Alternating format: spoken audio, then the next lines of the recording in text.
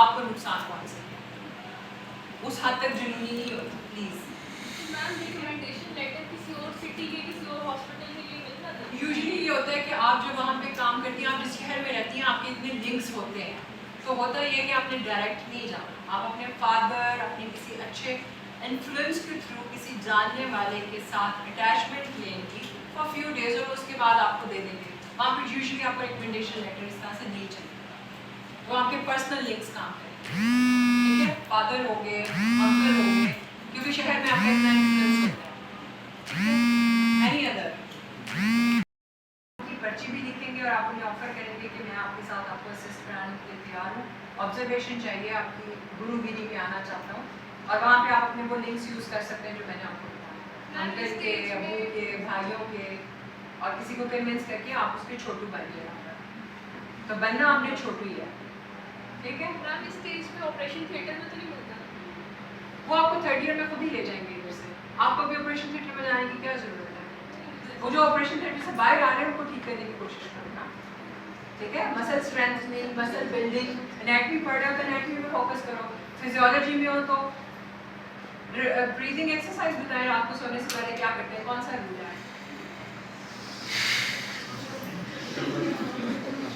Physiology पढ़ ली ना, ये क्या होता है जब वॉल्यूम हम बंदे लेके जाते हैं, तो अब आप एक काम बंदे को क्या बताओगे टाइटल वॉल्यूम क्या होता है, कहना है मेरे सांस बड़ा औखा आता है, मैं सिगरेट ज़्यादा पीता हूँ, तो क्या एक्सरसाइज बताओगे।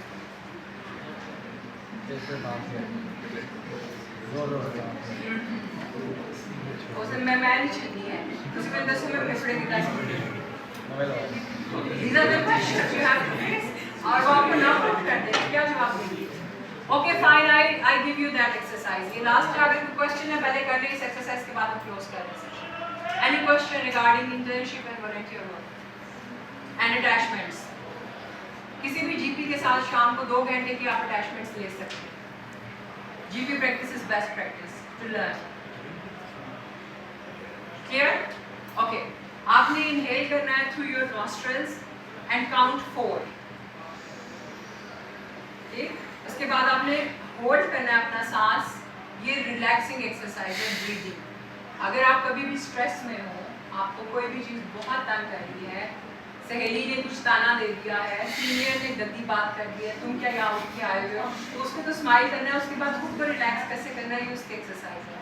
When you inhale through nostrils, count 4, hold your breath for few seconds and count 7 in your mind, and then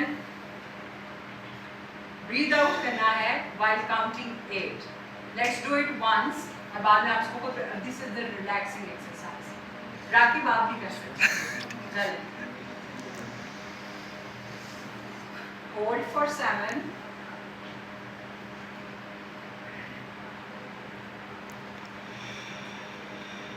Count 8 and exhale.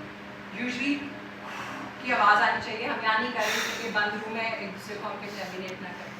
But this is the relaxing breathing exercise. Do it before your bedtime, and आज आप अपने घर वालों को भी ये relaxing exercise सिखा सकते हैं। All the best, stay blessed. Allah Hafiz.